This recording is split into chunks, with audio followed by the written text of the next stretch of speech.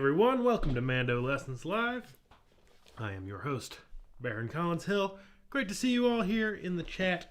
As always, that was a little tune called Joys of Quebec. I realized last week I ran out of time and we kind of did our jam along at the end and I never asked what to do next week, so I decided just to pick one myself. Joys of Quebec, we'll play that at the end. I'll give you a little heads up. We'll go over it before we jump into it, so you'll learn a tune today too. If this is your first time, welcome, and let us know in the chat. Join in.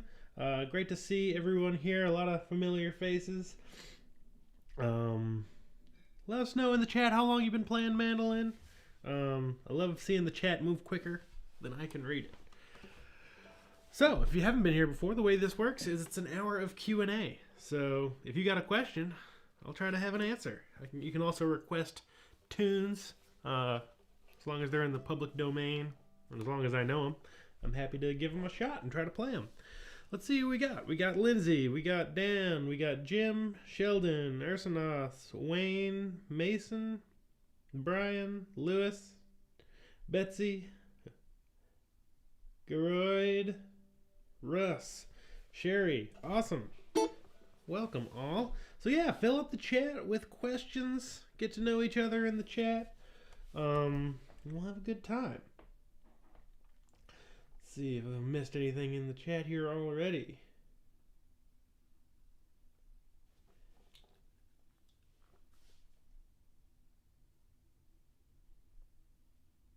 All right, looking good. Oh, James has got an eye on the electric guitar back there. Yep.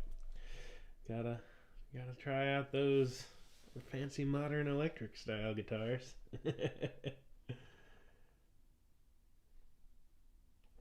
Great question from Russ back in Maine, my home state. I'm excited. I'm gonna go to Maine for about a month. Russ has got a question. Tips and tricks for memorization of tunes. Great question. There's a lot of different ways to do it. There's a lot of different ways to there's different ways of memorizing tunes. There's different ways of kind of recalling them. So in terms of actually like getting a tune into your, like learning a tune from scratch, getting it in your head, and then being able to kind of recall it when necessary, I think that one of the big things for me is I am much better at remembering tunes and memorizing them if I learn them by ear. For a long time, when I first started playing, I was just learning from tablature. And once I learned something from tablature, I kind of needed the sheet music in order to remember how it actually goes. Get stuck looking at the sheet while I was playing it. But if you learn it by ear, as I started to do, and now I'm a big proponent of, you really you don't have that visual connection to the sheet music and to the tune written out. So you just gotta go by what's in your head. You start relying more on muscle memory. Your hands kind of take over and just know what to do. And then I guess there's other things, like I think, a big part for me is that muscle memory of getting a tune into your head, getting it into your fingers, making sure you can kind of hear the tune. Can you hear the A part and the B part? And can you hear the little phrases? Can you sing the tune? Sometimes that's easier. Sometimes it's harder depending on how notey the tune is, because it can be kind of hard to, if it's got a lot of eighth notes, a bit of a tongue twister to sing. But yeah, just like listening to a lot of music that you want to play is really helpful, because then you'll hear tunes and be like, oh yeah, I know that tune, and then you'll be listening to it even when you don't have an instrument in your hands. And then in terms of like tune recall, and kind of keeping tunes apart, I try to just make a little mental note of like a standout moment in the tune. So for example, that tune I just played, Joys of Quebec,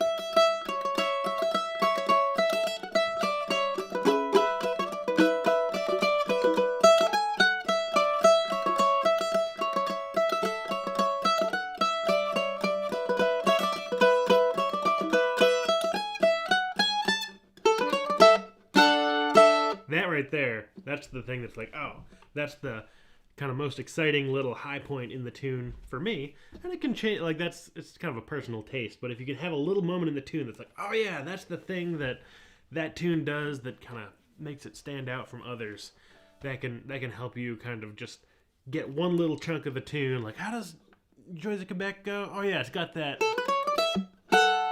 And sometimes you need to start in the B part and be like, that interesting bit that I can remember is in the B part, so I'll play that and then kind of work through it. And then by the time you're at the end of the B, hey, now I remember how the A part goes. I hope that helps answer the question. Great question. New favorite tune is Gallopede from Jim. That's me too. Like I've known it for years, but I taught it. Yeah. So if you haven't seen, I'm starting an intermediate series, and I'm using Gallopede as the tune that I'm gonna kind of work from with a bunch of new skills. So check that out if you haven't already. Kind of a notey tune, but it's got so much good stuff in it. And yeah, I taught it at a main fiddle camp workshop that I was doing. And I just kind of picked it randomly. I was like, yeah, I'll teach Gallopede. And then I just realized as I was teaching it, like, man, this tune's just got it all. It's got a great melody. It's got great chords. It's got all kinds of cool stuff that you can do to spice it up a little bit. And, yeah, so I'm glad you like that one, Jim. I've been playing a lot myself. Snowy Michigan. Ah, we already got snow. Wow. Hope you're staying warm, Jane. James says, I put in my request for Cumberland Gap at the end of the last play along, but you signed off super fast. Yeah, I had to, last time it was kind of going over, and I just had to get up and go because I had to go to something. I can't remember what it was, but I had to just like get up and run out. Yeah, so Cumberland Gap. That's a great tune. I don't think I've actually made a lesson for it, though. But I should. 2022 is going to be the year of getting back into teaching tunes, so I'll definitely add that one to my list. Wayne says, newbie here. Welcome. Glad to have you. Sherry says, been playing mandolin over 10 years. Played in bands and played gigs, which was a lot of fun. Not too much gigging now. Yeah, I hear you. I look forward to the day that gigs are back and a regular thing. You cannot be serious. I like that name. Hello from UK. Welcome. Thanks for joining in. Trail Zeros from Southern Utah. Welcome. Sheldon says, been playing since 2005, guitar since 83, and banjo since 74. Nice. I like that you started with the banjo. Brian's here and been playing less than a year. Welcome. Denise is here and double tasking, also watching the Michigan-Ohio State game with family. Cool. Well, welcome, and I hope the game goes in your favor, Denise. Lewis says, I'm curious about your Velocipede recording. So Velocipede is my band that I've recorded most with. It's a duo with my friend and fiddle player, Julia Plum. You can find those recordings on my website. If you look under like the store, you can poke around and find them in there. Are all the tracks unedited? Did you and Julia just sit down and record them? Yes. There's no cuts or anything in them.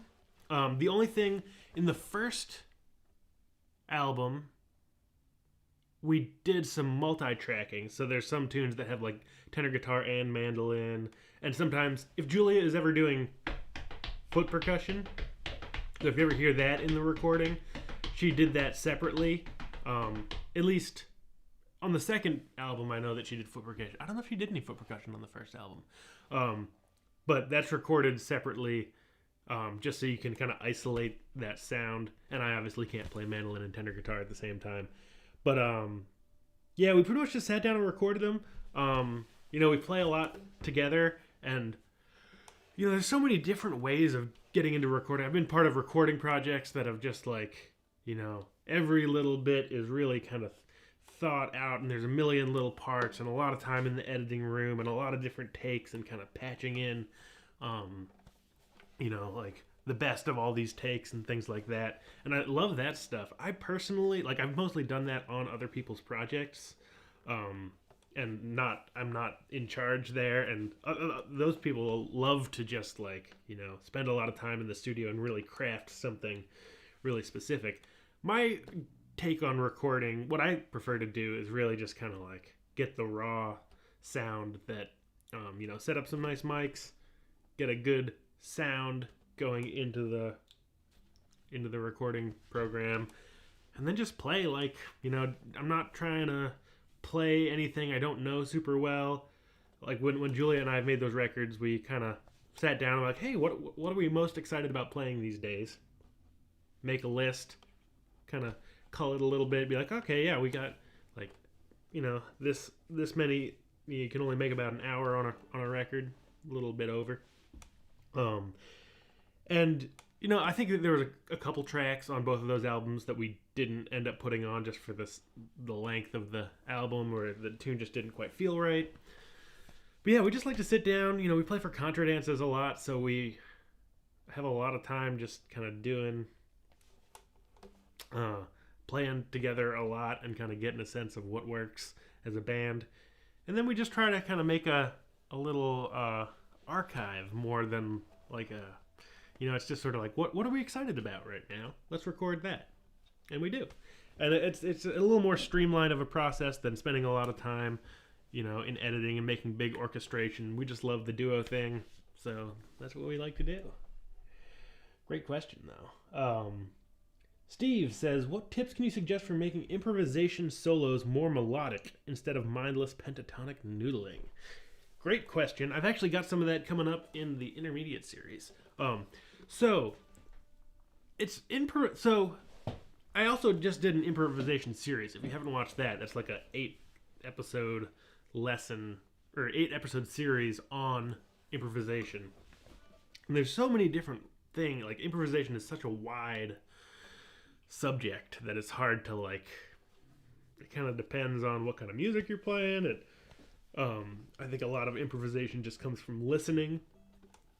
But I think what works for me a lot of the time is to create really specific, because improvisation is such like a nebulous concept. Anything you can do to create really concrete and specific exercises and examples for yourself is super handy.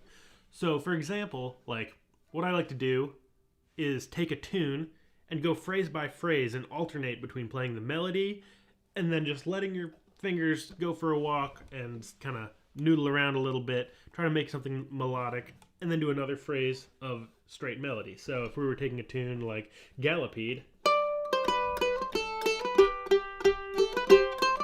now improvise.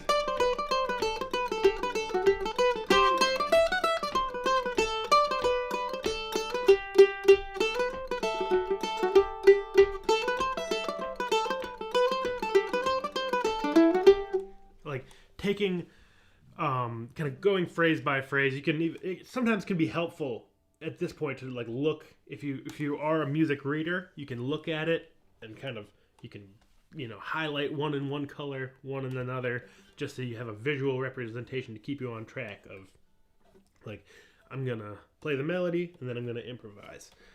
There's other specific things you can do, and I talk about this in the upcoming intermediate series, where you have you can sort of look at how the tune is constructed and make particular decisions about how to improvise based on where the space is in the tune. So if you take a tune like Fisher's Hornpipe,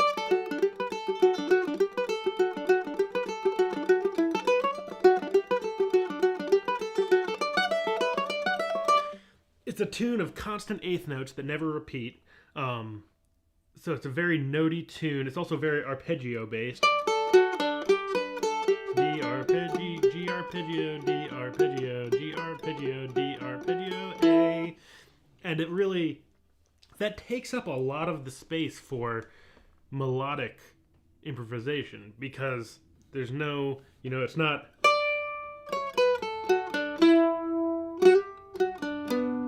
it's not a tune that has a lot of space to kind of mess around with. Whereas you take a tune like Gallopede, you could even simplify that further to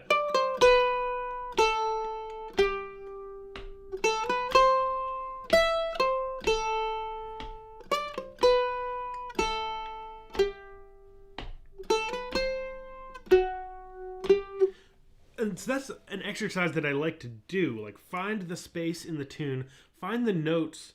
A great exercise for creating notier improvisations is actually sometimes just to get rid of figure out what the important notes in the tune are that make it still sound like the tune. So take out as many notes as you can. Take out too many so you start to lose the tune, and then be like, okay, if I go,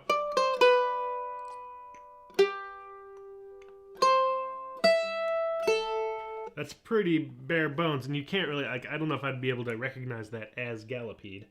But if you go,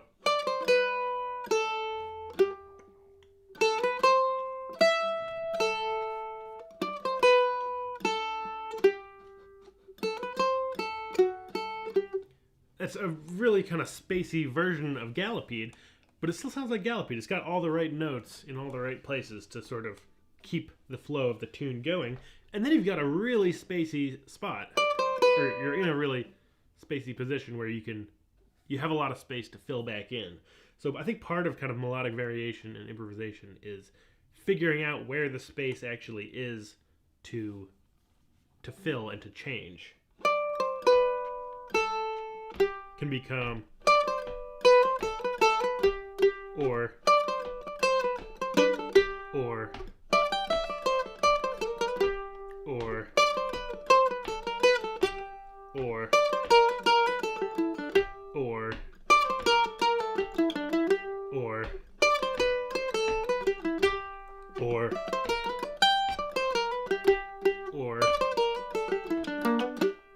you know, they both have the same starting point and the same ending point, and maybe the same note in the middle.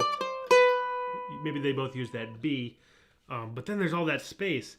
You know, just taking one phrase and forcing yourself to improvise over that one phrase over and over can be a really great way to kind of figure out. You know, sometimes it will be really pentatonic,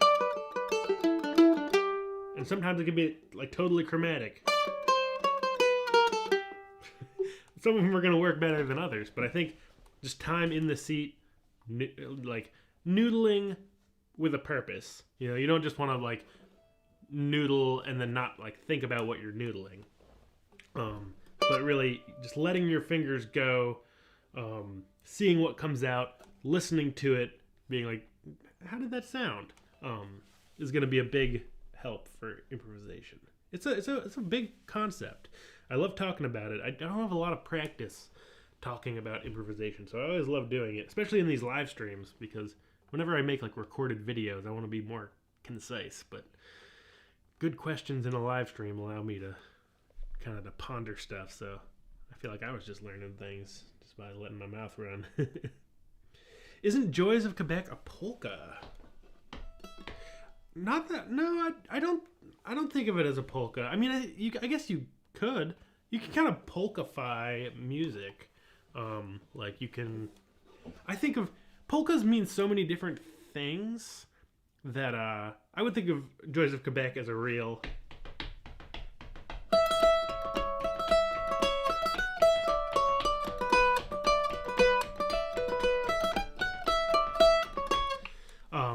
polkas can mean so many different things depending on like what country you're in. So like an Irish polka, if you polkified Joys of Quebec in an Irish style, it would be more like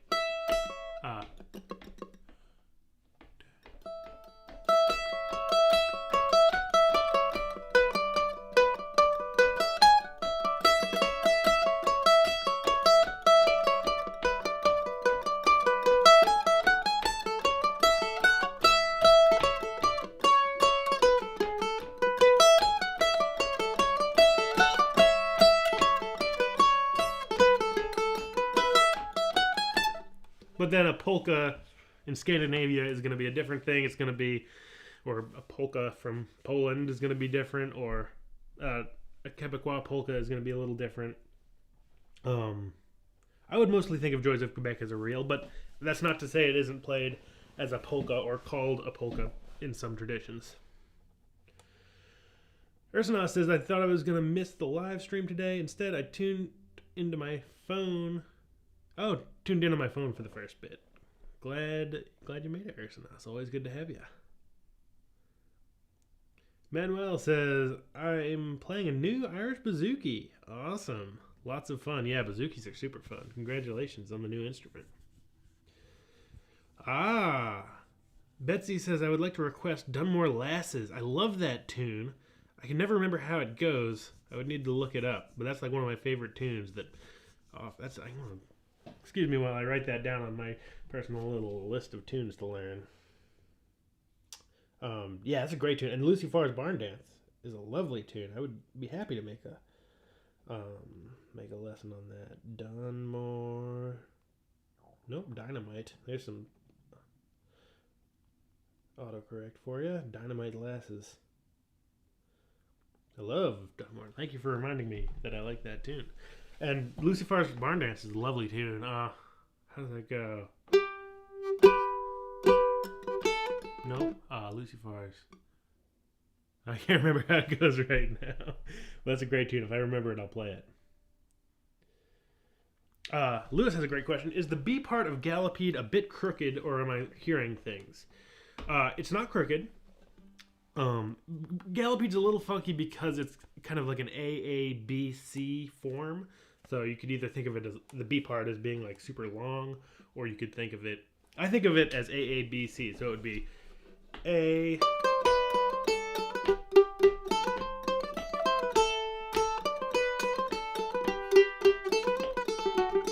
A again.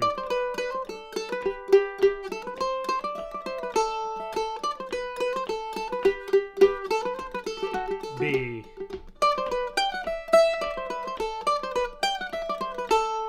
Second half of the B. C. Second half of the C. Back to A. That's how I think of it. And so the B part is straight. 2, 3, we got it's a 1, 2, and a 3, and 4, and 1, and 2, and 3, and 4. It's a 1, and a 2, and a 3, and a 4. It's a 1, 2, 3, and 4. And it's a 1, 2, and 1, 2. Well, I got mixed up going into the C part, but it is straight. It's in groups of 4. It's just not as yeah. It's a little tricky about how you want to think about the parts of that tune.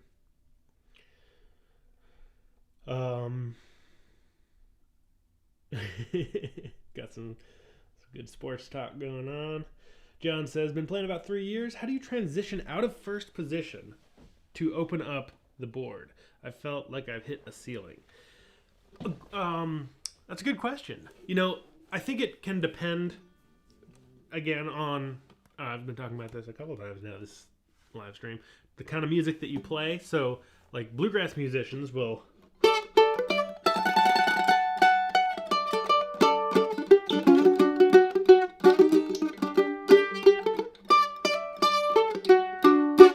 kind of do that style thing, but then you might have like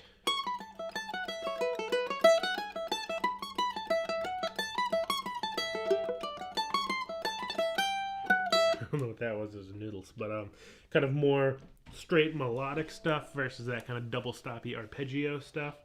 I think a good way to do that, a very kind of what I think of as like finger busters, a little kind of finger intensive exercises are the FFCP exercises from jazzmando.com, a great website. I've got some lessons on my website about, I think it's called How to Play in Every Key.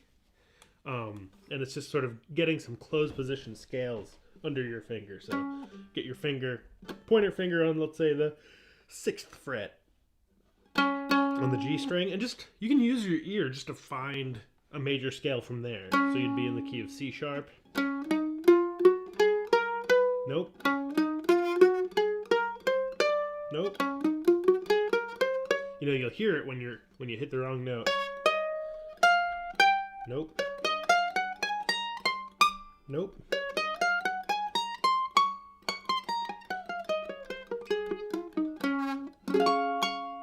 So I think, a good way to do it is either those FFCP exercises, or just, throw a finger down somewhere in up the fretboard, and it could be any finger. You know, like this is kind of like creating exercises for yourself. Like, okay, what do I do if I want to play? Pick maybe start on the G string, somewhere random on the G string with a random finger. Okay, ring finger on the 9th fret. I don't even know what key that would be in. E. And then you gotta try to keep your hand in that shape. You know, don't do a lot of shifting one direction to the other, and just try to find a major scale.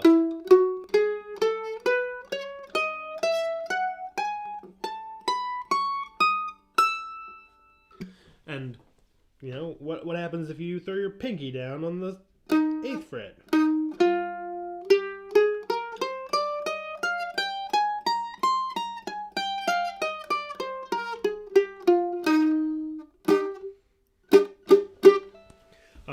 That's a good way to kind of open up that upper area of the fingerboard.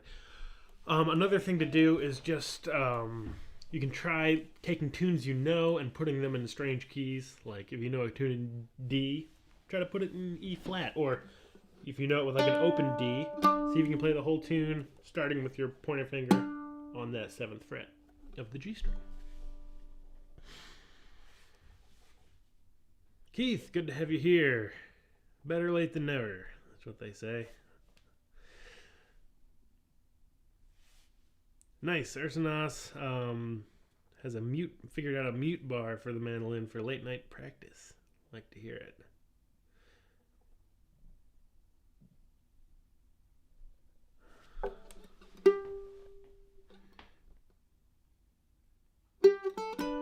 I'm still trying to remember Lucy Farr's. Can't do it. It'll come out eventually. Mando Pirate, yeah. Welcome to the party.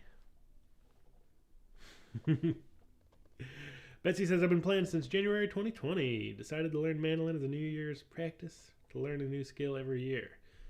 Turned out to be a good skill to adopt for the pandemic. Yeah, learning an instrument during the pandemic is probably a good call.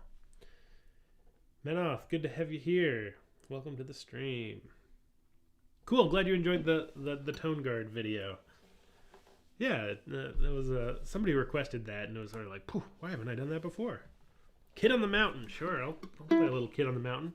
An excellent and well-known slip jig, Irish slip jig. So it's in 9/8. 1 2 3 1 2 3 1 2 3 1 2 3 4 5 6 7 8 9 1 2 3 4 5 6 7 8 9 1 2 3 4 5 6 7 8 9. That's a good way to, if you need to count above 7 in music, a good way to do that is to not say 7. You say sev. 1 2 3 4 5 6 7 8 9. Doesn't happen all that often, but turns everything into a one syllable.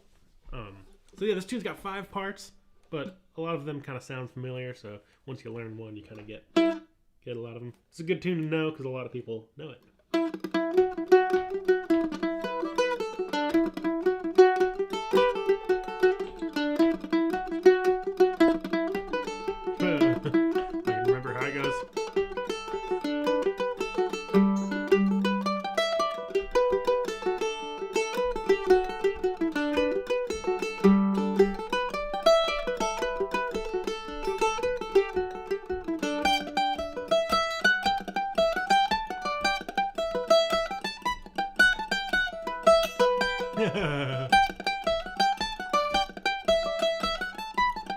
Fourth part.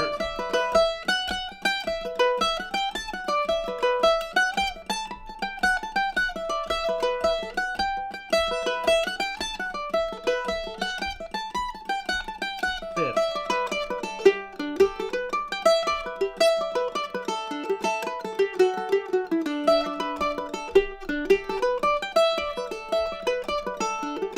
Back to the first.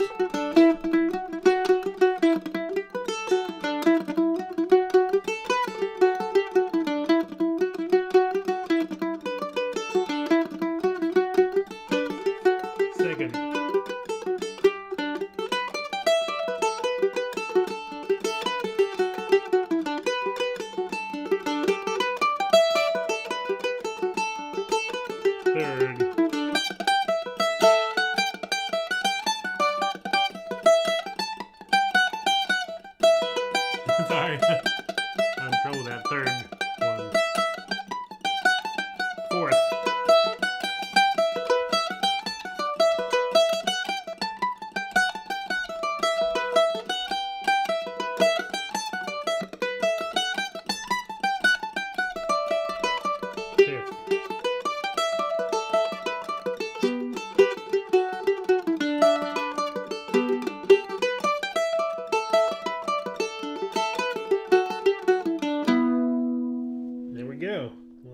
Kid on the Mountain.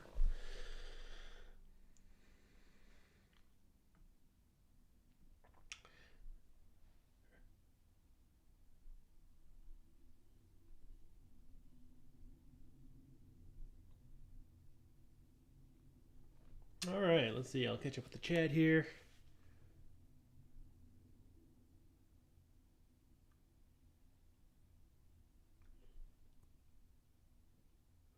Andrew, thank you so much for the super chat. Hey, from Minnesota, got any simple jazz progressions to play along with someone learning jazz rhythms on the drums? I don't know a whole lot about jazz. I studied it in college, but then I've only played fiddle tunes for the last decade, so most of my jazz knowledge is gone. But a swingy little rhythm. How about key of C, up the neck a little bit, so 5/5. In jazz in general, I like to just play the bottom 3 sets of strings. I almost never, at least when comping, playing chords, I don't ever really touch the E string. But so a lot of 3-string little clusters of notes. So we've got 5/5/7, it's a C chord, and then we're gonna add our middle finger, 6th fret, is a C sharp, and that makes it like a C sharp diminished chord. C sharp diminished, so that's now 6/5/7. 5/5/7 is a C, 6/5/7, that's C sharp diminished. We're gonna go for a minor chord now. 7/7/8. That's gonna be our D minor, 2 chord. And then we're gonna turn it into a 5 chord, a dominant 7/5 chord, by putting down our ring finger on the 9th fret. And now we have 7, 9, 8. That makes for a G dominant 7 chord. So we've got C, C sharp, D minor, G7, C sharp, then D minor, G7, 5/5/7, 6/5/7, 7/7/8, 7/9/8.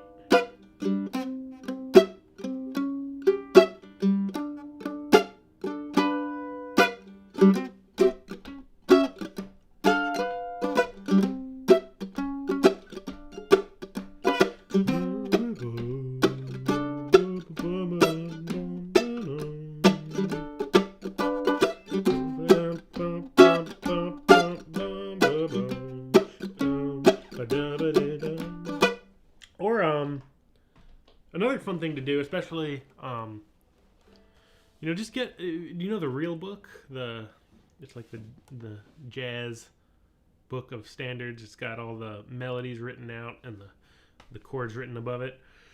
Standard notation only. I wonder if anyone makes a real book of mandolin tablature. That would be an interesting process.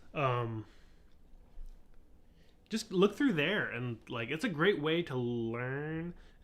I didn't know any jazz. I never really listened to jazz growing up, so I didn't know any of the songs. But just looking, I would just look through the real book before I knew much about jazz at all. Just look, and it would be play this one's in B flat. We're gonna do the same sort of B flat,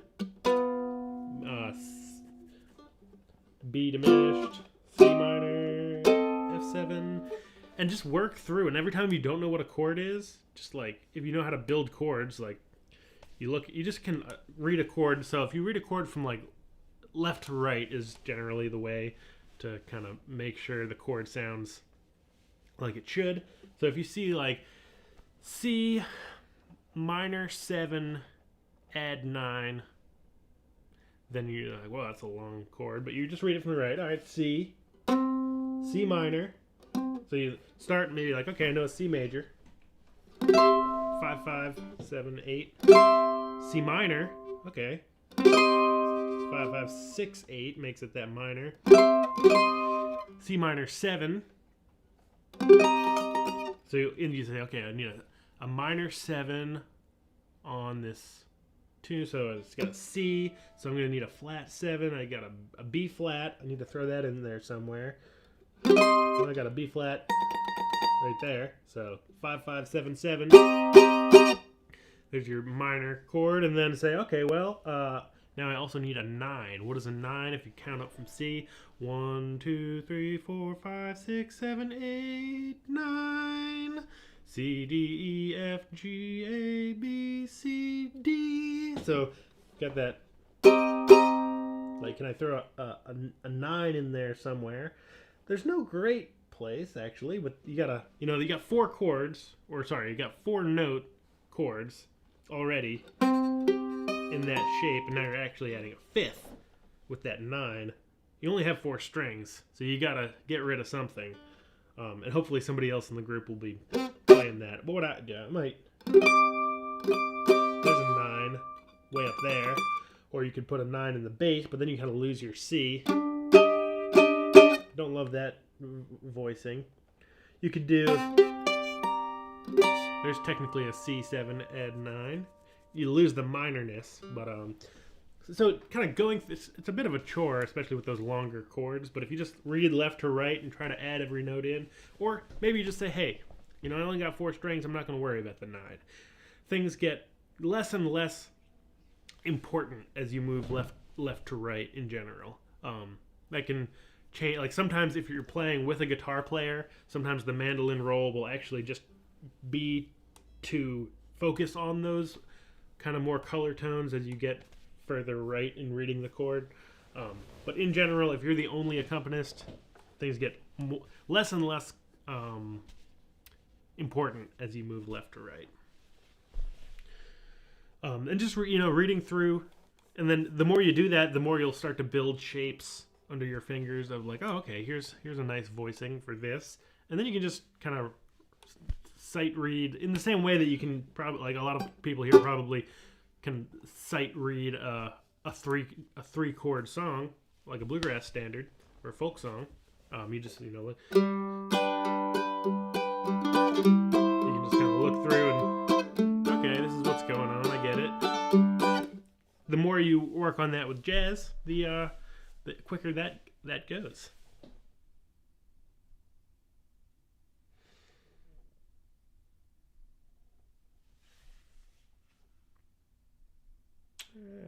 Joy from Georgia, good to have you here. Welcome. So I'm going to do a little lightning round here, and then we're going to learn Joys of Quebec. Just kind of do like a quick version, because I kind of sprung Joys of Quebec on you. I'll give you the basics of it, and then we can do a little jam on it here. Pamela says, beginner here, love your series and looking forward to starting the intermediate series soon. Cool, yeah. Well, while that goes, also just learn all those fiddle tunes. They're fun, yeah. Glad you're enjoying it. Oh, Shenandoah, that's a good question. A lot of that, Oh, Shenandoah might be in the public domain at this point. I don't know who wrote it. But that would be fun. Cool, yeah. I love the Ellis as well. I hope to get down to Austin someday and meet Tom and see his whole setup and experience. I've never been to Texas. I'd like to.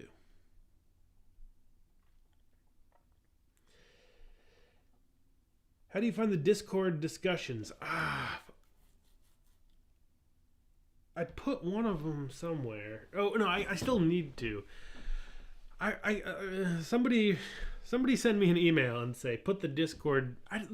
Trick. I don't know enough about Discord because there's little like invites, but they expire after like a week or something, or a couple days. If I can figure out how to do a permanent invite, I'll put it on my website. Maybe if somebody who hears like Mando Pirate or Ursanos, if either of you know how to do a permanent invite, then I'll put it on my website. Do you have an opinion of Collings A-style mandolins? Oh yeah, I love them. They're great. They're like some of the best in my opinion.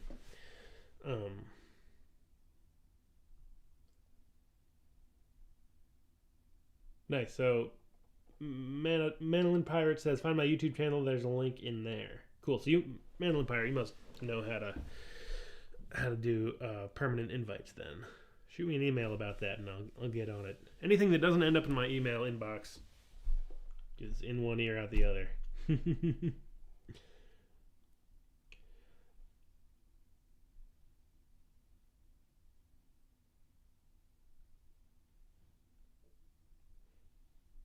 What mic and camera setup do you use? I am currently using. I've got two Panasonic GH5s, one here, and then one here for the close-up shot. I've got Deity S-Mic 2 shotgun mics that are just out of frame, and I've got the kind of long shotguns so that I can keep them out of frame. And then I'm using, that's for live streaming. Those are going into my computer using these little capture cards that I just switched, actually. I can't remember what these are called. They're Avermedia, like Cam 4K something. Another popular one is the Cam Link. I also have this little thing that's not meant to be a foot pedal, but I use it as such. It's a little stream deck made by Elgato to switch between, do what I now call my Zoom party tricks. And that's all going into a MacBook Pro.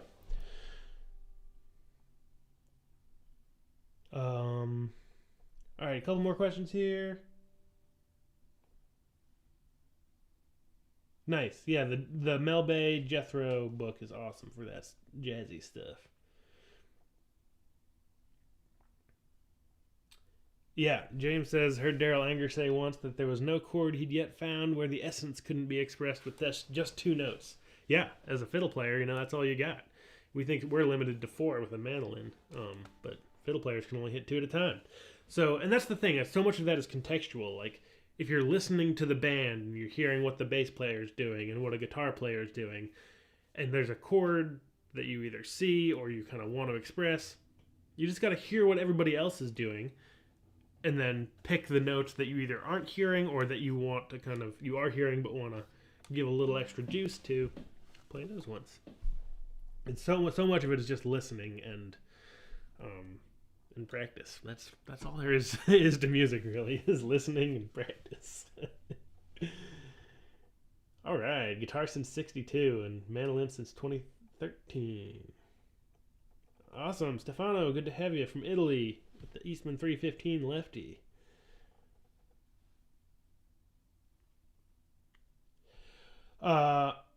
Jim says, what are the little short videos you've been doing? They've been popping up recently. Yeah, it's kind of a bit of an experiment. I've been doing these, what YouTube calls shorts. You may have seen them. I'm just playing through a tune. They only give you 60 seconds. And I just wanted to make a little catalog of, like, here's what this tune sounds like. Hopefully once I get my act together, I can, like, put them on my website next. Like, you can just, like, click on it. It'll play the video.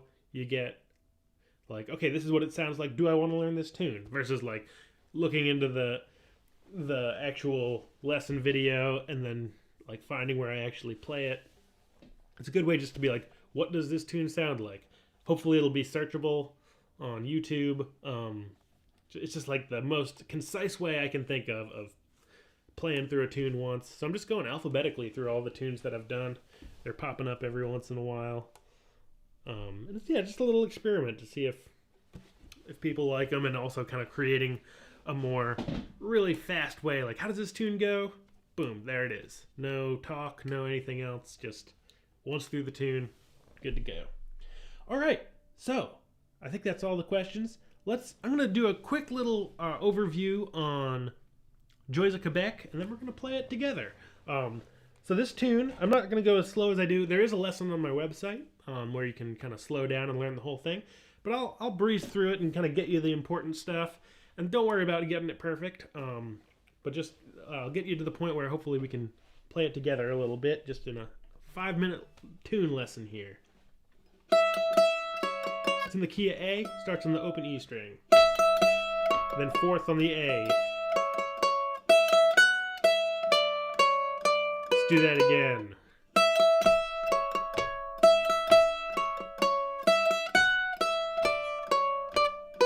One more.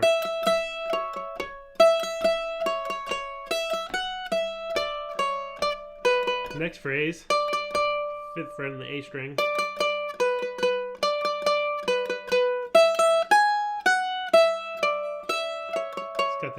kind of out of nowhere 4th fret on the E string.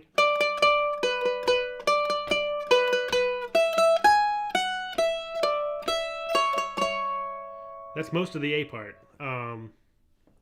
So the whole A part sounds like this.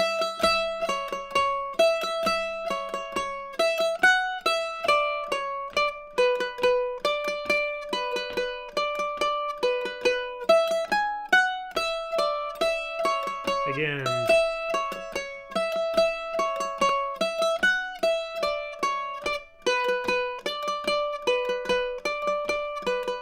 And the only ending phrase, the new ending phrase.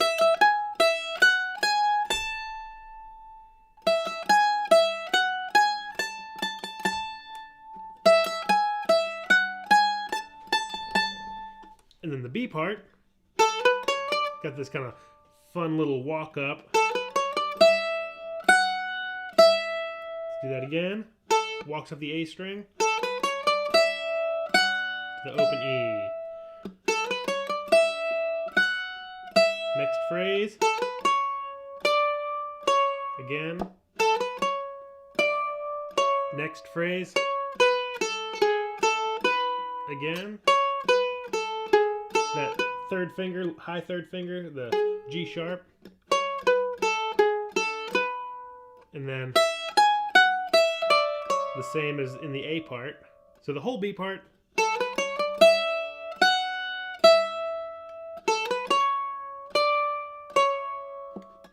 High third finger. Phrase from the A part. And then the second half of the B.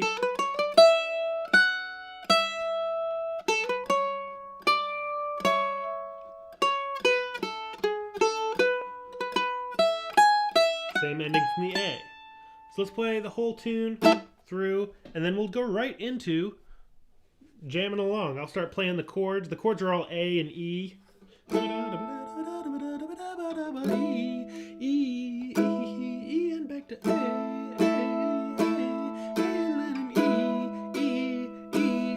and back to A, and then it goes, it's an A, D, A, it's an A, D, A, then an E. It's an E and then an A. It's an A, D, A. It's an A, D, A. And then an E. Then an E and back to A. So that was a 3-minute lesson on Joys of Quebec. I don't expect you to have every note down, but maybe just the kind of the gist of it, and then see what you can pick up as we go along. I'll start out just by playing the melody a couple times through. And then at some point we'll break off into me playing the melody, you playing the chords, I'll play the chords, you play the melody, all that kind of fun stuff. 1, 2, here we go.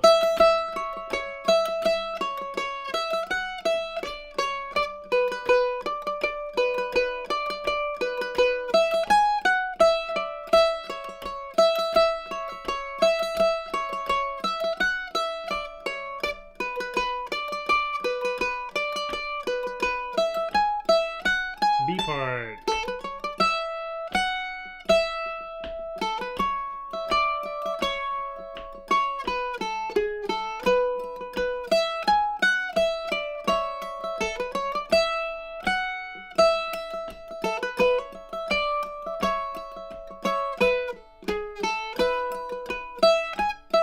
Here we go, A.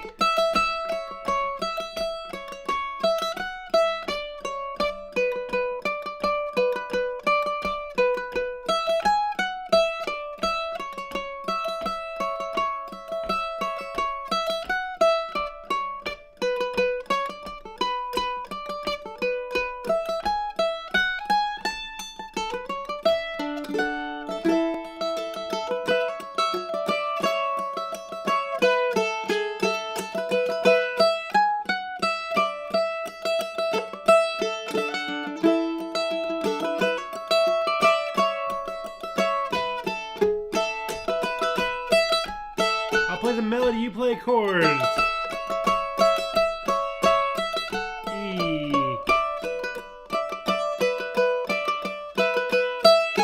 Back to A. Here's that E. Stay on E and it's an A, D, A. It's an A, D, A. Then a whole lot of E. Then back to A, D, A. It's an A, D, A, E. And E, and back to A. You take it.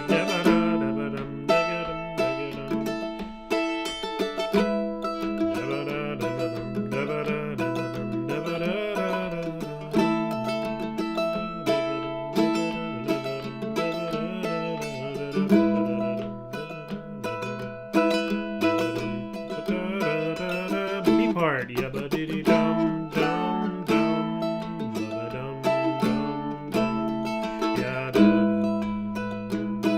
yabba da da da dum, yada dum dum dum.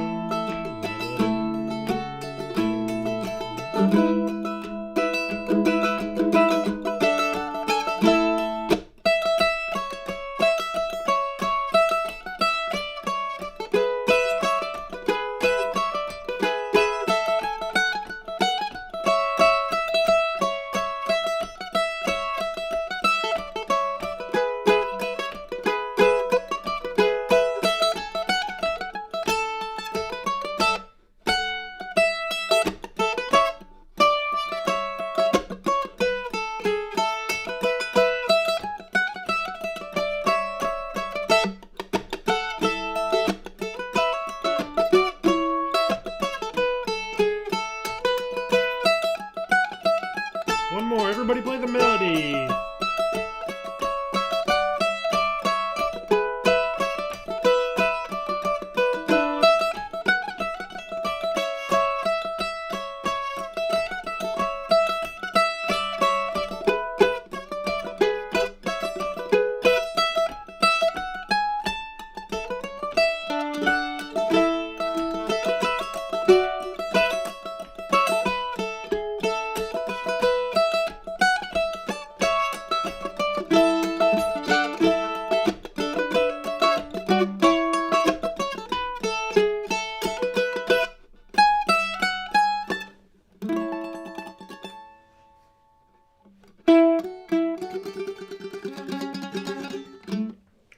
Alright, there's a little bit of Joys of Quebec.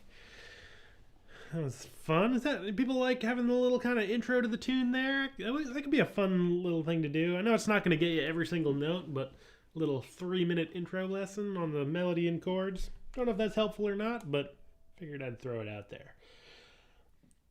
I'm just going to catch up with the chat here, and let me know in the chat what tune we should do next time. I'll look at my handy little spreadsheet from Denise. It tells me whether we've done it before, or at least recently. We're kind of getting to the point where we've done a lot of them, but they're still out there. So let me know what we should do next week. All right, let's see.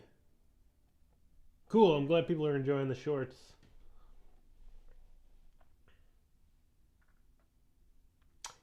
Yeah, Bluebird says, hopefully beginner players know that YouTube videos can be slowed down with the little gear icon in the bottom right-hand corner. Yeah, I use that thing all the time. It's a great way to slow stuff down.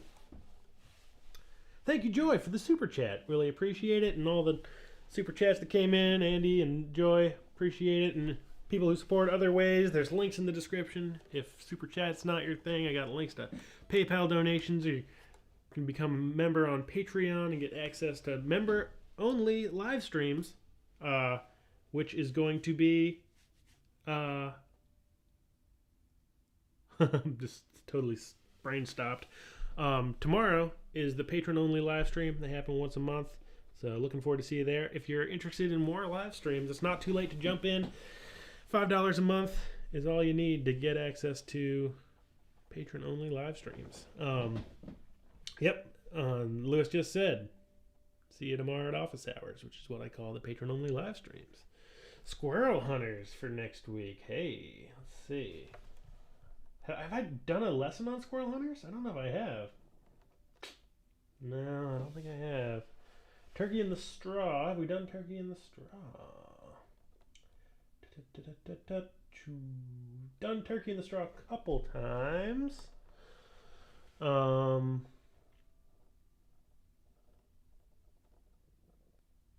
Cool. A vote for yes on the quick run through before playing the tune. Yeah, I'm happy to.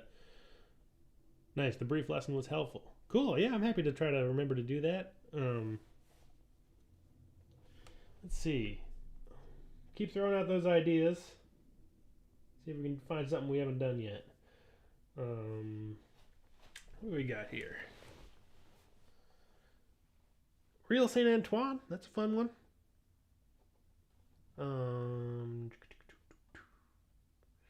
Old beach leaves. Cool. See, yeah. Thank you, Keith, for the plug. And see you tomorrow on the office hours. Let's do. Real Saint Antoine's a little close to what we just did. Billy in the Low Ground. I think we have we done Billy in the Low Ground. Oh, we've only done Billy in the Low Ground on the website. Boom, nailed it. Let's do Billy in the Low Ground. There is a play along on the website, but we have not done it on the live stream yet. So next week, Billy in the Low Ground, Key of C. Love it. All right, thank you all so much.